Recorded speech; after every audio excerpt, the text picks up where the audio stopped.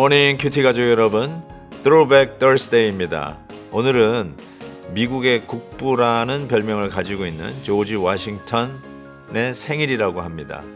전쟁에서도 으뜸, 평화에서도 으뜸, 그리고 그의 국민 마음속에서도 으뜸이라 칭송을 받는 워싱턴 대통령.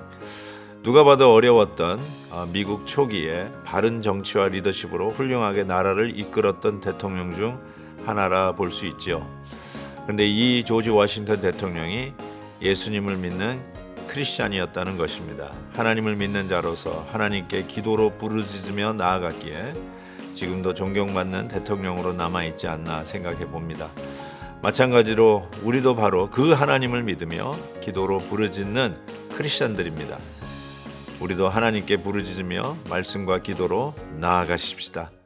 오늘 우리에게 주시는 말씀은 욥기 18장 1절에서 21절입니다. 다 함께 찬송가 334장 아버지여 이 죄인을 2절을 부르시겠습니다.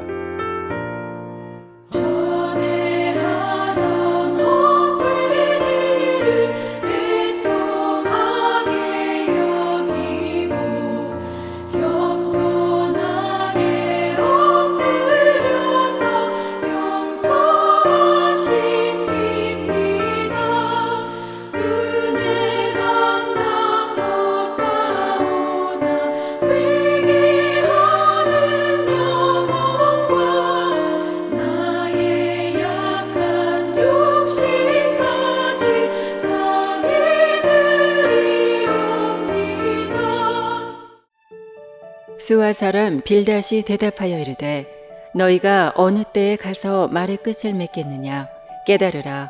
그 후에야 우리가 말하리라. 어찌하여 우리를 짐승으로 여기며 부정하게 보느냐. 울분을 터뜨리며 자기 자신을 찢는 사람아, 너 때문에 땅이 버림을 받겠느냐. 바위가 그 자리에서 옮겨지겠느냐.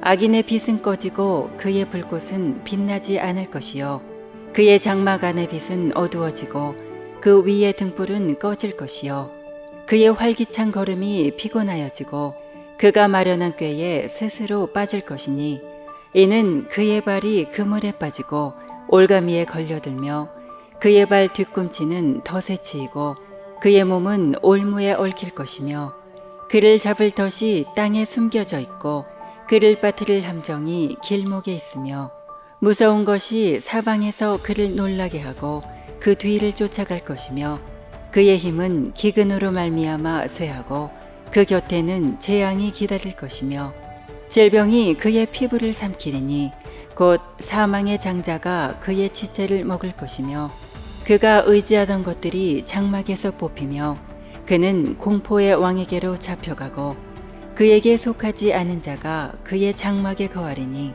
유황이 그의 처소에 뿌려질 것이며 밑으로 그의 뿌리가 마르고 위로는 그의 가지가 시들 것이며 그를 기념함이 땅에서 사라지고 거리에서는 그의 이름이 전해지지 않을 것이며 그는 광명으로부터 흑암으로 쫓겨 들어가며 세상에서 쫓겨날 것이며 그는 그의 백성 가운데 후손도 없고 후회도 없을 것이며 그가 거하던 곳에는 남은 자가 한 사람도 없을 것이라.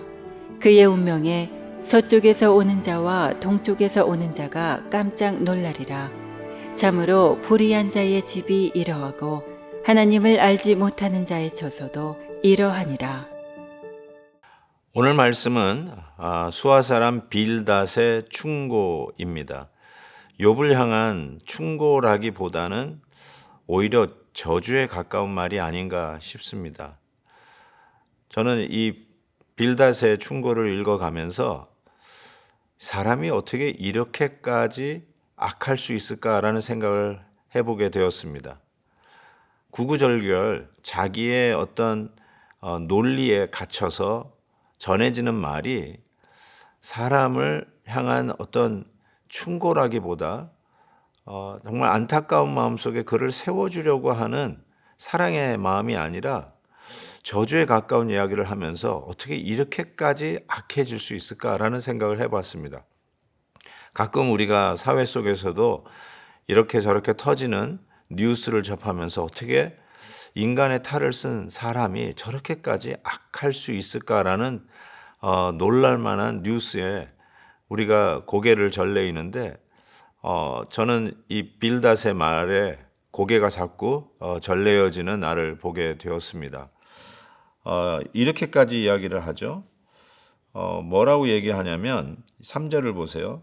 욥을 향해서 우리를 짐승으로 여기느냐라고 이야기를 합니다. 그 욥의 말이 우리를 짐승 취급한다 이렇게까지 이야기를 하고 4절에서는 울분을 터뜨리면서 자기 자신을 찢는 사람이다 라고 얘기하면서 욥을 향한 저주를 퍼붓기 시작하죠. 반대 의견을 이야기했는데 반대 의견을 이야기하면 저는 그때서부터 대화가 시작돼야 된다고 생각하는데 대화할 마음이 없어요. 그래서 도대체 왜 이렇게까지 할까라고 했는데 이 빌닷 사람은 빌닷은 이 자기의 프레임 안에 갇혀져 있어요. 그 프레임이 뭔가 자세히 읽어봤더니 그는 인과응보라고 하는 이 법칙의 프레임 안에 갇혀 있어요. 모든 일은 원인이 있다는 거예요. 그래서 욥이 지금 고난을 당하는 것은 그가 지은 죄가 원인이라는 이 프레임에서 벗어나지를 못하는 것이죠. 인과응보의 이 프레임을 깨는 게 실은 복음이거든요. 마치 다니엘의 환상 속에 보인 그 뜨인 돌처럼 이 복음이라고 하는 돌이 날아와서 우리 안에 있는 이 프레임을 깨버리거든요. 그 중에 가장 중요한 프레임을 깨버리는데 그게 인과응보의 법칙이에요. 모든 고등종교회가 가지고 있는 법칙이라고 해도 과언이 아닐 것 같은데요. 복음은 인과응보가 아니잖아요. 나 같은 죄인 살리신 주의 은혜 놀라워하죠. 인과응보를 완전히 깬 복음이죠. 그런 의미에서 만약에 인과응보라는 원칙, 그 프레임 안에서 모든 사람들을 대해야 된다면 저나 여러분이나 성한 사람은 이 세상에 한 사람도 없을 것입니다. 모든 사람이 다 하나님의 그 의에서 떠난 자들이고 의인은 없나니 하나도 없는데 어떻게 우리가 이 은혜를 누리고 있습니까? 인과응보의 법칙이 절대로 적용되지 않죠. 우리가 오늘도 건강을 가지고 오늘도 이렇게 아침 영상으로 큐티를 할 수 있는 이유, 여러분이 잘해서가 아니라 하나님의 은혜의 시작으로 오늘 아침도 문을 연 것이 아닌지요. 그런 의미에서 자기 프레임에 갇혀져 있을 때 사람이 이렇게까지 사악해질 수 있고 자기의 프레임을 지키고 변론하기 위해서 상대방을 완전히 짐승으로 몰고 있다, 나를 찢는 자다 하면서 극단으로 몰아가고 있는 이 빌닷의 이 논리 전개를 보면서 우리는 고개를 절레이지 않을 수가 없습니다. 우리도 나의 생각, 나의 프레임 안에 갇혀 있어서 대화를 하지 못하는 경우가 있지는 않은지요.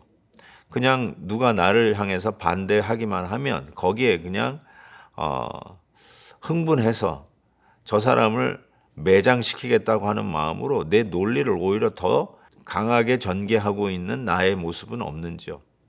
대화가 될 수가 없죠. 자기 프레임에 갇혀서 더 이상 대화가 안 되고 그럴 수도 있겠다라고 하는 가능성에 대해서도 생각할 여지도 없이 계속해서 내 주장만 하는 모습은 우리 안에 없는지요. 그래서 욥을 악인으로 몰아치는데요. 5절 보십시오. 빛은 꺼졌다고 얘기하죠. 6절에서는 등불은 꺼질 것이라고 이야기하죠. 또한 8절에 보시면 그물에 빠지고 올가미에 걸려들 것이라고 이야기하죠. 9절에 보면 올무에 얽힐 것이라고 얘기하고 10절에는 함정이 길목에 있을 것이라고 이야기를 하고 12절에는 재앙이 기다리는 삶이라고 이야기까지 합니다. 13절에는 사망의 장자가 그의 지체를 먹을 것이라고 얘기합니다. 도대체 이게 무슨 뜻입니까? 이렇게까지 악한 이야기를 할 이유가 무엇이 있습니까? 저는 이 빌닷을 보면서 참 똑똑한 사람이다. 나름대로의 논리를 가지고 자기의 의견을 주장할 수 있는 참 명석한 사람이라고 생각하는 순간 이렇게 명석한 사람이 이렇게 악하게 상대방을 정죄하고 악인으로 몰아세울 수 있다라는 이 사실 앞에서 우리는 또 한 번 놀랍니다. 자기의 프레임에 갇혀서 남에게 마음의 문을 열지 못하고 오히려 정죄의 화살을 날린다면 그것이 어찌 하나님의 덕을 이룰 수 있을까 싶습니다. 사랑하는 우리 큐티 가족 여러분, 오늘 말씀을 묵상하면서 혹시 이것이 나의 모습이 아닌가 한번 겸손히 들여다보게 되고, 또한 우리가 공격을 받을 때 이런 프레임에 갇혀서 받는 공격이 이런 것이구나도 한편 이해하게 됩니다. 더욱더 기도하면서 하나님이 우리의 말에 지혜를 더하여 주시고 대화할 수 있는 창구의 문을 열어주셔서 진정 하나님의 의가 나타나는 오늘의 삶이 되기를 간절히 바랍니다. 하나님 아버지, 오늘도 빌닷의 이야기를 쭉 읽어가면서 주신 교훈을 곰곰이 생각합니다. 하나님, 우리가 빌닷의 입장에 서지 않게 도와주시고 늘 연약한 가운데 넘어져 있는 우리 형제들, 그리고 아무리 내 생각이 옳다라 할지라도 내 프레임에 갇혀서 내 의견을 주장한 나머지 남을 악인화하는 이 죄는 범하지 아니하도록 도와주옵소서. 예수 그리스도의 이름으로 기도하옵나이다. 아멘. 내일 또 뵙겠습니다.